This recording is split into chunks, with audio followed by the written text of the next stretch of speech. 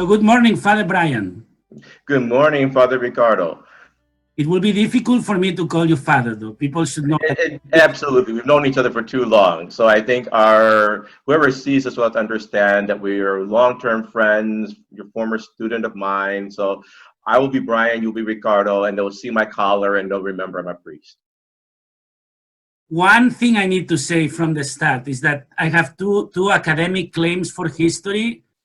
One, that I got an A plus in a class that I turned my paper late, and you were very strict with being late. And I don't know what happened that you liked it, and I still got an A plus. And then my real honor was to work with you for my thesis on Malcolm X in 2003. But for people who may not know you, or those who know you that may not have heard from you lately, how would you introduce yourself? I'm a priest of the Archdiocese of Milwaukee. I was ordained in 1983, which means I just celebrated my 37th anniversary of ordination. Even I can't believe that. I teach at Fordham University here in New York City, and I teach in areas of theological ethics, moral theology, and I focus on issues of sexual ethics, especially racial justice and the intersections between race and sexuality. I've written numerous articles, an award-winning book on the topic, Racial Justice in the Catholic Church, and I've been active in various social justice movements. I've been in charge of, I've been privileged to lead 3 professional societies of theologians, and I'm currently the vice president for the Society of Christian Ethics. I think that's, before I came to Fordham, I taught at Marquette University for 12 years, and before that at St. Francis Seminary for 13 years. And before that, I was a parish priest at St. Sebastian's in Milwaukee. So that's kind of a short resume of who I am and what I do. It's at the seminary where I got to be your student for several classes. Yes, yes. And for the thesis, a seminarian presents a thesis. And you remember when I asked you to work on Malcolm X, I felt that Dr. King was too soft for me. I wanted more. Yes, and it's only lately that Malcolm X is getting attention in Catholic theological circles. So you were ahead of your time, Ricard. So yeah. Something else Anyway, you can put on your resume. Something else being saying your obituary when you pass away. We send out the obituary that we say to all the priests. You know, what's Ricard famous for? Ricard anticipated a theological trend in Catholic theology. So. I really want to ask you first, how are you doing these days? But seriously, how is Bryan, the human being, doing these days? That's a hard question. That's a very hard question because I've never been so angry, sad, despondent over what's going on in our country. I don't think it's difficult to convey to white people what it's like to see videos of Black people being killed over and over and over again. To realize how many encounters I have had in my own life that have been similar to that. And I think for many white people, they look at this and they say, oh, this is simply something that, it's a news event. It's just something that happens. Whereas for me, this is my lived experience. This is the experience of my family and my friends. This is something that we have to factor into our everyday existence. And yet they don't get it. And they don't want to get it. And then when things like this happen, people turn to people like me and they want me to help them make sense of it. And so then you have to wrap or contain my own personal experience or emotions to be present to them. But it's been very difficult, very, very hard. I'm tired and exhausted because this week has been a very hard week in terms of doing interviews, talking to people like you about this. But again, I think it's, as I told a friend this morning, I said, it's not really about me right now. I think as a priest, you also know there are times when we have to just, do what we have to do for the sake of our ministry and for the sake of our people. And that's what I'm doing right now, is to say it's not about me. It's about the work of the Spirit. It's about honoring my vocation. It's about honoring my vocation to be an educator and to be a witness for what we believe. And so the short answer is not well. The short answer is it's a very, very painful time, to be honest. But I do think that there can be something of a Kairós moment going on here for church and society. And we can't I think Richard Skelba always said that, we don't choose the time in which we live. We have to respond as well as we can with the grace of God to the time that we live in. So that's how I'm doing. It's how I'm getting through. Before we go to more focus on recent events, you mentioned something that obviously I'm not black, as you can tell. This is the first time I've noticed. But why is it so difficult to talk about race and racism with white people? I kind of told you beforehand that I think the time for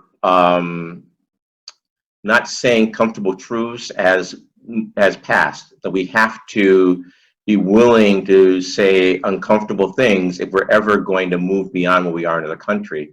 I think one of the reasons why it's so difficult to have a conversation about race in America with white people is because, one, they don't know what it's like because they can't see it. I remember when I was in a seminary talking to one of my fellow priests about this, and I said, I think about race every day. And he said, I never think about race. And that's precisely the problem, is that for white people, everything is normal. And I think what's difficult to convey is that we are living in two different Americas, that white Americans experience life fundamentally differently than Black Americans do. And there's also very little bridge sometimes. The other thing that I think is difficult is that white people tend to reserve the right to say what counts as evidence of white racial bias. So for example, when I talk about my experience as a Black person, they will either minimize it or they will say, or dismiss it, say, well, you're making it up, or how do you know racism was at play here? And so they reserve for themselves the right to say what counts as legitimate bias of racism. And I was like saying, well, wait a minute, don't you see the conflict of interest there? That you're determining what counts as your own bias? But that's the typical experience. Let me make it concrete for you. I remember once showing up at a suburban parish in Milwaukee to celebrate Mass because the priest there had taken sick suddenly and he asked me to fill in for him. So I showed up at this parish, and it's a suburban parish in Milwaukee. I'm not going to name the parish. And I asked the usher to direct me to the sacristy. And he looked at me suspiciously and he asked, well, why do you want to know? So I explained the situation thinking, well, you can see my Roman collar. I think that should give you. And so he looked again and he said, now, you're a priest? I said, yes. And I explained again why I was there. And he said, well, even if he's sick, he could have sent us a real one. Now, when white people hear that story, because I've told it, they will say, oh, that's bad, but it's an isolated incident. Or they will minimize it or trivialize it, or even sometimes blame me for it, saying I must have done something to provoke that reaction. That's what I mean when I say that white people tend to reserve the right to determine what counts as bias of white racism. And yet they can't see that there's you don't, as I say, you don't need a doctorate in ethics like I have to see the conflict of interest there. But that's very opaque for white people, because I think many white people feel very defensive when you talk about racism. They feel like they're personally responsible, they're personally attacked. And one of the things I keep telling white people, you have to just make a distinction between feeling uncomfortable and feeling threatened. And so I would say at the outset, as we have this conversation, we're talking about very difficult things, and they're going to hear things that are going to make them uncomfortable and nervous and defensive. And so when they feel that, note the emotion, but don't shut down. Stay engaged, because that's the only way we're going to really make progress on this issue. One of the things I have experienced in the last days, and what I've been preaching, is people of goodwill want peace, but it seems like some people want to think that just willing it will happen.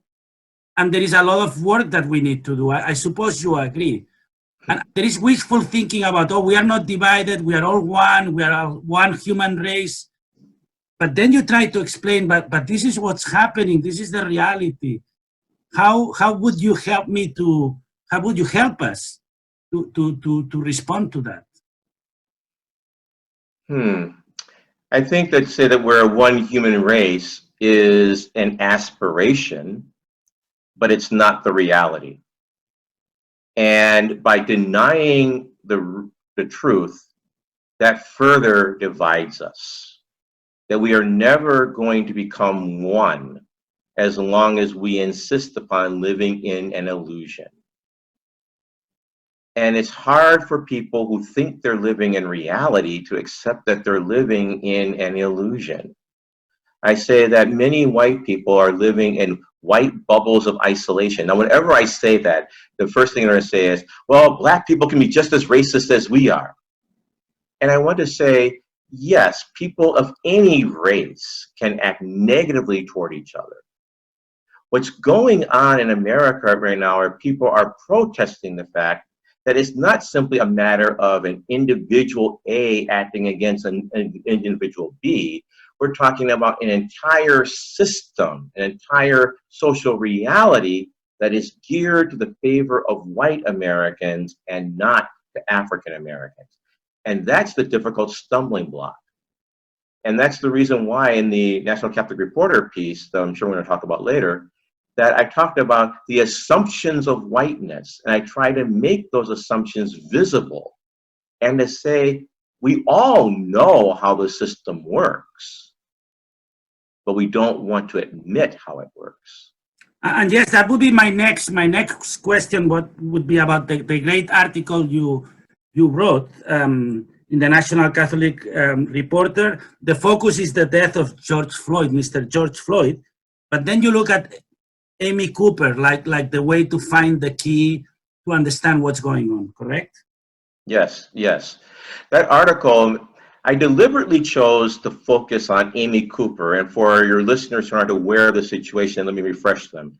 Amy Cooper was a young white woman who earlier this week on Monday, look up what the date is, the day after Pentecost, for those of us who are Catholic, was walking her dog in Central Park. And an African-American man, Christian Cooper, who was bird watching in Central Park at the same time, asked her to put her dog on a leash, as it was required by the posted signs in the park, because that way the dog wouldn't disturb the birds. I mean, this is clearly marked.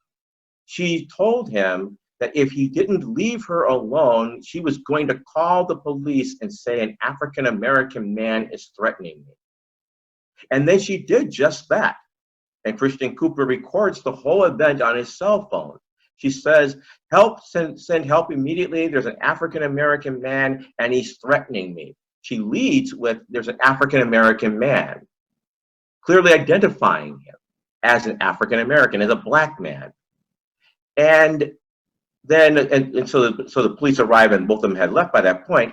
And I said, that incident tells us so much about what's going on in America.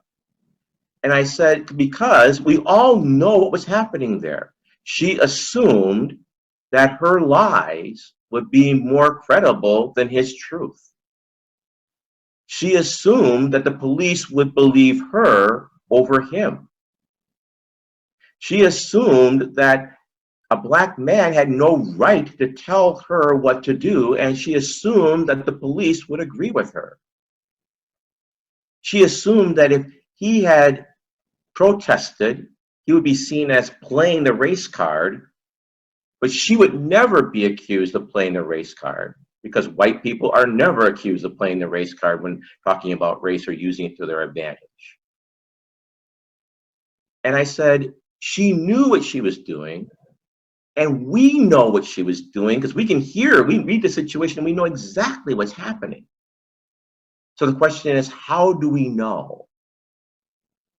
And I said, because, and I to focus on her rather than on the death of George Floyd, because when we look at the death of George Floyd or anyone else, a lot of white people can say, well, I would never kill someone. I would never beat anyone up. I'm one of the good ones. Amy Cooper is one of the good ones. By her own account, she's a good person. She says she is not racist at all. And I believe her. But when she was in a situation that she didn't like, she knew instinctively what to do and what to say to make sure the situation would turn out in her favor. Because she knew deep in her soul that we live in a country which presumes that things should work in the favor of white people to the detriment of black people. And so what I ask the reader to do in that situation is to profoundly meditate on that, as I do, and to admit that they know what's going on, and to admit that this is a good white woman, and yet she knew how to do this. And that tells us everything we need to know about what's going on in this country, and about how race works, even though we don't want to admit it. In class, when I was a student of yours, you would call that the white damsel in distress complex or something. Yes, well, I mean, and the thing is, and that's exactly the kind of scenario that's playing out here, because we have a long history of demonizing black men. And she knew that there were deeply ingrained fears of black men in this country. And she knows how black men are framed in this country. And she knew the police would understand that frame. And she knew that her reader, that the rest of the public would understand that frame. And this is the other thing that she knew. She knew that even if the police didn't make any arrest, that a lot of white people would believe her anyway. Now, you're asking, how do I know that she knows this? Well, I'm not a mind reader. But unless we make these assumptions, her behavior doesn't make any sense. And that's the stumbling block for many white people. They know this, but they don't want to admit it. Because once you admit it, then you realize, oh, things have got to change. And then you become overwhelmed at the fact, as I say in the article, that present in Central Park that day were centuries of accumulated benefits of whiteness. And just calling her a bad white person, well, one, is not true, but two, we all know there's more there to the story, even though we don't want to admit it. Because as James Baldwin says, to admit that would mean Americans acknowledging more about America than Americans want to know. So let me read a list of names to you, because we are talking about George Floyd. We could talk about Trayvon Martin, Tamir Rice, Michael Brown, Eric Garner, Philando Castile, Breonna Taylor, Botham Jean, and Ahmaud Arbery, which would be more a vigilante kind of situation. But then people would say, and I've talked to people saying this is not about police brutality, and this is distracting us from the real issue, which is racism or poverty.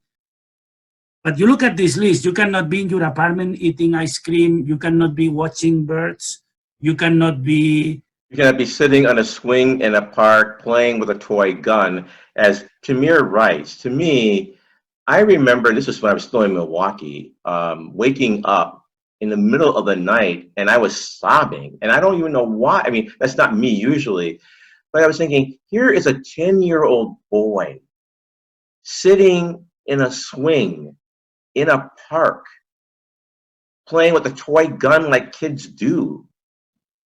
And yet, because some neighbor got nervous and said that there is this black kid in the playground with a gun, the police come, and within 2 seconds of their arrival, he's shot dead. Now, again, the problem is that people want to say, well, these are isolated incidences, but when these isolated incidences happen over and over and over and over again, there is a pattern, and patterns point to deep systemic realities. Now, you're right, when we talk about the issue is police brutality or is it racism, it's both.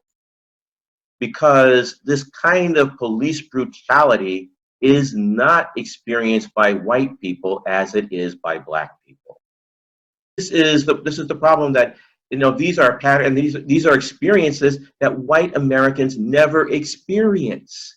These things, the police don't treat white people that way, and it's not because white people don't insult police officers. I mean, we saw this during COVID in Michigan. These armed white people in the state capitol with machine guns and with rifles, yelling at the police officers, insulting the police officers, and yet no one is shot, no one is killed, and the president doesn't denounce them as thugs. No, the president hails them for exercising their Second Amendment rights and their First Amendment rights to assemble. And so, but the thing is that but then you have George Floyd, unarmed, not making any resistance, and he's killed, executed, murdered. White people aren't treated that way, even when they are more of a demonstrable, visible threat. And what makes me very irritated and sad and angry is that when I talk like this and you broadcast this, I know I'm going to get emails telling me how I'm wrong.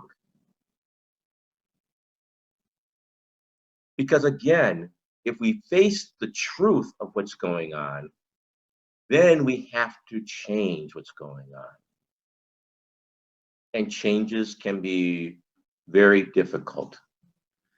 One of the things I read after the Michigan incident, so somebody say maybe Blue Lives Matter wasn't that the point either. Many people, yeah. Right. You see, this is the other thing. People are saying that black people need to respect police officers. I didn't see a lot of respect for police officers in that incident. And what happened in Michigan was not isolated. That happened in state capitals around this nation. And so we also have a reality that Amy Cooper even pointed out, that there's one set of rules and assumptions for white people and one set of rules and assumptions for black people. If black people get, violent or whatever, then it's like, well, black people are violent. If white people are violent or disrespectful, that's a matter of individual white people. And we have to challenge that kind of thinking. That's the kind of thinking that divides us. And I know that when people hear this, they're going to say, Father Massingale is stroking division by making us uncomfortable. We should just focus on what unites us. And I want to say, well, wait a minute. Are you being equally as holding white people is equally responsible for promoting justice? And if we're going to have peace in this country, I think we as Catholics need to take seriously our own bumper stickers. If you want peace, work for justice. All the six. Yes. And so when people have signs that say no justice, no peace, they're just being profoundly Catholic. If you want real peace, then we have to have real work for justice.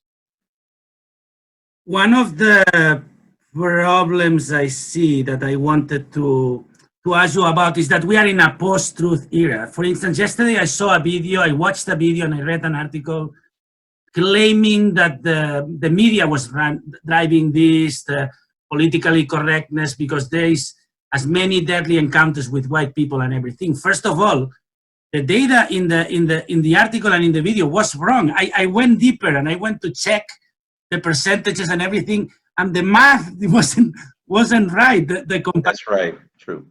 It's super dangerous when you cannot even trust what used to be serious media in giving you factual information that then it's used. In the same article, you would see a data that would support one theory and would go against the other. You see it use only one. So what do we do with this difficulty with you cannot trust any media source anymore? Okay. Ricardo, you are a canon lawyer, so I'm going to... I apologize. No, that's quite all right. I'm going to quote Pope John Paul II, who gave an address to the Rota, the church's highest court. And in that address, he said that truth is the mother, the basis, and the foundation of justice. Truth is the mother, the basis, and foundation of justice. And what has happened in this country, because we have eroded respect for the truth, we have put ourselves in a situation in which it is almost impossible for justice to be right. People, as the common saying is, you're entitled to your opinion, but you're not entitled to your facts. And I think part of what we've done is we've manipulated, facts or data so that we can live with an interpretation of reality which leaves us comfortable. But I remember somewhere a very wise man said something like, the truth will set you free. A wise person, much wiser than me. Black. Yeah, the truth will make you free. But I remember being in CPE, all priests, we remember CPE. And in my CPE, there was one of these Argus posters on the wall, and it had a Raggedy Ann doll going through one of the old washing machine wringers. And the caption underneath it said, the truth will set you free, but first it will make you miserable. And I think we have to develop a capacity for this country for facing miserable, uncomfortable truths if we are ever going to be free. And that means that our church has got to have the capacity and the willingness to preach those uncomfortable truths if we're ever going to be free. But Bryan, you know where I will go now? Many people of goodwill may feel fine with everything you are saying until then we come to the topic of demonstrations. Okay. I'm sure you know I would ask you about this. And I may be more radical than you there. I have a problem with, I send you a meme on Martin Luther King that is out there that I think it's damaging the idea of Martin Luther King. Looted nothing, burned nothing, attacked no one, changed the world. Yeah. Yeah. How do we deal, what would you teach us about the demonstrations? What can we say about that? Because Christians should be non-violent people. I agree with that, of course. We are not to condone violence. But it's very comfortable to say, I don't even understand the violence. I do understand the anger and the frustration. I would say this, it's a very selective use of King. Because King, while he never condoned violence, he also said we have to understand the reasons for the violence. Because he said riots are the language of the unheard. And we don't want to quote that about King, but that's what King said. It's too easy to look at the violence. Yes, I would say that we want to have a nonviolent means. However, and this is important, when people despair of a political solution for their legitimate grievances, then we cannot be surprised when violence becomes an attractive option. Now, let me speak very bluntly here, because I often get people telling me that there are better ways of making your point. There are more ethical ways of making your point, more effective ways of making your point. And I want to tell those people, tell me what they are. Tell me what they are. Because we have marched, we have protested, we have petitioned, we have boycotted, we have organized, we have mobilized, we have voted, we have studied, we have knelt, we have prayed, we have taken a knee. We have done all of that and more, not for years, but for decades and for centuries. And still we live in a country where I could be shot if I go jogging and someone is nervous about my presence in the neighborhood. So it's not enough for people to be comfortable and give a homily about there are more effective ways of making your point. If there are, then tell me. Because we have done all of that. And my life is still not secure. If people do not believe that there is a political will, and by political will, let me be blunt, I mean a white will, because white people still control the politics of this country. If people don't believe that white people are going to listen and honor our pain and the terror that we live in, then we cannot be surprised if people begin to see violence as an attractive option. I think that those who make peaceful change impossible or unlikely make violent change all the more likely. Now, this is not an endorsement of violence, far from it, but it's simply saying it's too easy to say, find a more effective way. Because we've been doing all of that and more. All of that and more. One of my hopes today would be that you would give me advice and hope on how as a pastor of a mid-sized parish, what can we do as Catholics and as a Catholic priest to gain some hope? And I also wanted to ask you, are you more hopeful than in 2003 when we worked on the thesis? You've always been a person that always gave a message of hope, and I don't know how we do this now. Hope is a very difficult thing because I think as Americans, we confuse optimism and hope.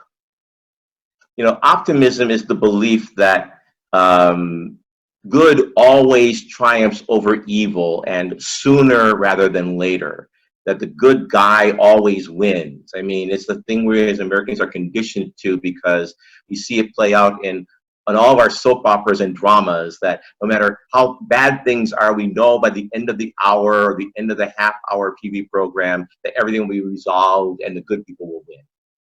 That's optimism. Hope, Christian hope, is very different. Christian hope believes that good ultimately prevails over evil, but not always, and often at a very high price. Christian hope is grounded on the resurrection, that Jesus died on Good Friday. It was not, a fake death. Easter is not the last-minute rescue of Jesus. Everything ended at the cross. Easter and hope is about what God can do and would bring out of human tragedy and failure and death. So you asked me about hope.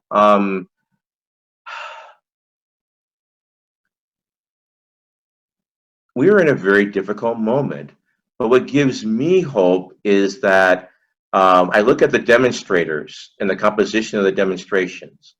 First of all, people need to understand that 98% of the demonstrations are peaceful. We don't see that because, burning buildings and broken windows make for a more captivating video than people marching peacefully. 98% are peaceful. And these demonstrations are going on around the whole country and the world. In other words, we have a Kairós here. We have a time, a blessed time, an opening for some serious conversation. The other thing that's giving me hope is that when I look at the composition of these demonstrations, they're multiracial, they're multi-ethnic. We find white people and brown people and black people and yellow people, and you find a kaleidoscope of the human family there. In other words, there's a growing mass, I don't know if it's a critical number yet, but a growing number of people are beginning to see something is deeply wrong. That gives me some hope. What also gives me some hope is Pope Francis, who did something unprecedented during his weekly audience when by name he prayed for George Floyd. And he said, I pray for him and all those who have lost their lives due to the sin of racism, which is beautiful. But then he also went further, and this is something Catholics need to hear. He said, you cannot turn a blind eye to racism and claim you are defending the sacredness of human life. I'm going to get a t-shirt made and put that sentence on it. Let me read it to you so that Catholics hear it and they will see it. We cannot tolerate or turn a blind eye to racism and exclusion in any form and yet claim to defend the sacredness of every human life. COVID and the present distress, I think, have resituated the debate on what does it mean to be pro-life and what does it mean to be pro-life Christians, I believe. Yes, I think that, and again, when Pope Francis is saying that, he is echoing something that, Pope John Paul II said. And I think we need to say that because we know that some Catholics don't like Pope Francis. So, okay, let's talk about Pope John Paul II. They're both on the same page here. Because when Pope John Paul came to the United States for his final pastoral visit in 1999, he challenged the Catholics to be what he called unconditionally pro-life. And as part of being unconditionally pro-life, he said that they had a responsibility to, quote, eradicate every form of racism, which is one of the most persistent and destructive evils of the nation, close quote. In other words, you cannot say you are pro-life and vote for politicians or social policies who insult people of color, who would take brown children and put them in cages at the border. You cannot do that and call yourself pro-life.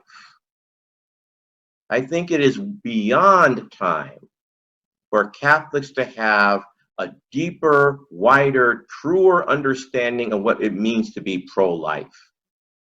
And this is not lefty or socialist or anything.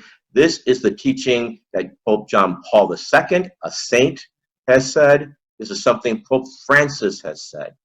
We cannot say that we are going to be apathetic about racism or give excuses for it and then claim we are pro-life.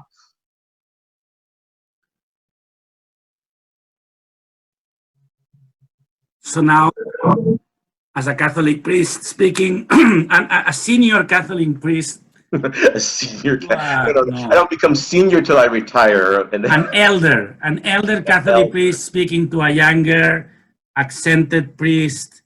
What should I do? And what should my parishioners do with me or we together? What can we do? Okay, the first thing is that realize that when you're beginning to look at racism at a very deep level, you're committing yourself to a journey, okay? There are no simple solutions. Everyone wants, do these 3 things and we'll be done. I mean, no, it doesn't work that way. So commit yourself to a journey. This is a journey of conversion. And just, I would use the idea of, just as we have our RCIA candidates go through a catechumenate, I wish the church would develop a catechumenate for people recovering from racism. And if we were to do that, then I would say the first thing we have to do is to take time to study and to learn the issues. And there are a number of resources I would recommend. One is my own book. I don't want to toot my own horn, but it's still a very good book, Racial Justice and the Catholic Church, Orbis Books, 2010. Michelle Alexander's The New Jim Crow, looking at mass incarceration and an age of color blindness, is really masterful and very, very well done. I think that it's a very good place to start. Another resource I think I would recommend for people is a book by Tim Wise, W-I-S-E. It's called White Like Me, and where he talks about himself growing up as a white man and how he had to go through this process of conversion to understand and to see what Black people were been telling him all along. And I recommend that because my students, when my white students read that book, there's a bulb that goes off in their head and they say, oh, now I get it. It's a parallel with the Black Like Me book. Yeah, the Black Like Me book by Howard Griffin back in the 1960s in the United States. This is White Like Me. And for many white people, they read that book and something happens. The other thing I would say, read my NCR article, frankly. And when you read it, realize you're going to be uncomfortable, but then read it again. And to pray for the grace to see what you're resistant to. And to realize that when you're resistant, that may be the space where the Holy Spirit is trying to break in. So the first thing I would do is say read. The second thing I would do is to say pray. Because we've all learned some very untrue things about our country. We've been given a very sanitized version of our country's history and reality. And it can be very threatening to face that directly. And so we need to pray. People always call me a progressive Catholic, but I'm very old school in my spirituality. And, prior to Pentecost, I still believed Ascension should happen on Ascension Thursday. Because we have the novena, the 9 days between Ascension and Pentecost, and where I simply begin each day of that novena, come Holy Spirit, the Spirit of truth, the Spirit of wisdom, the Spirit of understanding, and ask that Spirit to soften my heart so I can be open to a perspective which may not be mine and open to the conversion it calls me to. And then the next thing I would do is I would insist on very simple criminal justice reforms. So, for example, we all want to support police officers. I know many Catholics are police officers.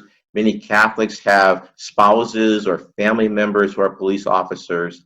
Parishioners are police officers. And I want to say this. I want to say that there is nothing in the Black Lives Matter movement that's against police officers. What we are concerned about is the culture of policing and the practices of policing. That's what needs to be changed. It's the same thing that happens in the Catholic Church. We both know there are very good priests, but we also know that something really bad happened when our church got off the track with the sexual abuse crisis. It doesn't mean that every priest is a bad priest, but it does mean that there are certain things in our formation that had to be changed and addressed. The same thing with police officers. We give our police officers a great deal of prudential judgment. I'm a moral theologian, I have to talk this way. Prudential judgment in terms of the use of lethal force. So we have the responsibility to train them in how to use that prudential judgment wisely. And we also have the responsibility to set up mechanisms of accountability and responsibility for when they misuse that prudential judgment. And so I'm not saying, take away that prudential judgment. We need to train people better in terms of how to de-escalate situations, better training in terms of when to use the lethal force, and then responsibility when people abuse that. Because face it, police officers are human beings. And the last I learned in my moral theology class, human beings are sinners. That means we're not going to get it right, and some people are going to choose not to get it right. And those who choose not to get it right need to be held accountable for the good of the good police officers that are there. There is a video by a very young Chris Rock who is one of my heroes. And he says, they say that this is a problem of bad apples. And he said, but there are some professions where you cannot afford to have bad apples. He says, like pilots. Mm-hmm. You cannot have bad apples in the pilots profession. Mm-hmm. In the priesthood, you cannot have bad apples. In police officers, you cannot afford to have many bad apples. Well, you can't, but the thing is, we know there are going to be some because we're human beings, okay? Yeah. But that's where authority steps in. As Christians, as Catholics, we don't have a negative view of authority because we believe authority is given for the good of the community, for the good of the common good. That we trust that authority will step in to protect the community from those who would compromise the common good. And so when our political authorities are not willing to do that, not willing to hold bad police officers to account, that's when the whole system breaks down. That's when we have the suspicion. That's when we have the mistrust. That's when we have the division. If you want to heal the division between us, then we need to have better mechanisms of accountability and responsibility so that when people do the wrong thing, they are held to account. Right now, we've created a situation where it's very, very difficult to charge a police officer with misconduct or abuse of power. We call it, qualified immunity. That the legislation exists that gives the officer almost every benefit of the doubt. And if I were a good police officer, like I would say this, because I'm a good priest, I want the priest who abused the faithful to be removed. And I would hope that good police officers would hear the same kind of logic, that if they are good police officers, that they want the bad ones to be removed. That's how we build trust. And we pray, and we are very thankful for those who are risking their lives day in and day out. Well, absolutely. I mean, like I said, as I tell people, communities of color who live in areas that, where unfortunately crime seems to be more prevalent, we want good police officers. It's not police officers is the problem. It's a culture of policing. We're not talking about clericalism as a culture. It's not saying that, Father Bryan, you're a bad priest. It's saying that there is a culture at work here which protects people. And that's what needs to be changed. Bryan, one thing I have it's okay. Massingale. We went to Africa together, remember, way back, and so we traveled together overseas and through the African bush and through those roads that were bumpy and hilly and bombed out. We're going to Katame, so I think you can call me Bryan. Something I have asked all the speakers, even though we think that you are going to help us to pivot these talks into more focus on social justice and Catholic social teaching, but I have always asked, is there something that you thought I should have asked that I didn't? I think that's important to realize that when we're talking about social issues like this, we're also talking about faith issues. We're talking about faith issues. The fundamental core of Catholic social teaching is our conviction of the equal human dignity of every human person. That because we are created in the image of God, from Genesis 1, chapter 26, we each have an inviolable dignity, value, and worth. And it's independent of our race, of our gender, of our economic income. God doesn't care about all that. God has given everyone this dignity, value, and worth. And when I teach this, to my college kids, I ask them, when you go to church, you see a lamp that's burning on the front of church. What is that? And there are fewer and fewer of them now. They know that's a sanctuary lamp. But someone uses this as a sanctuary lamp. I say, okay, why is it burning? And then they basically say, well, it means that Jesus is in the tabernacle. Yes. I said, good, great. So I said, it's 15 points from Gryffindor because they know what Harry Potter is. Okay, great.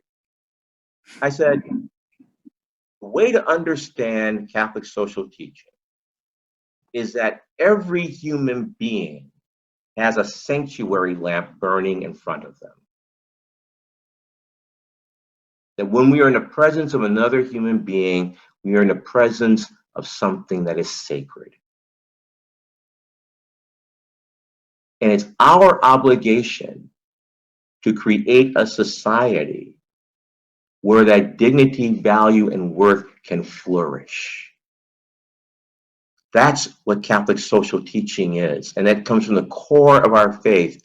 And that's what makes what happened to George Floyd not just a murder, but a desecration. Because we saw someone crush his neck for 8 minutes and 46 seconds and blow out his sanctuary lamp. And what we're trying to do at Black Lives Matter is make it understandable for people. We want to create a society where everyone's sanctuary lamp will be protected, where that light will be kept burning. And not only will that light burn, but that light will glow brighter. We want to create a society where all of us can be recognized as sacred.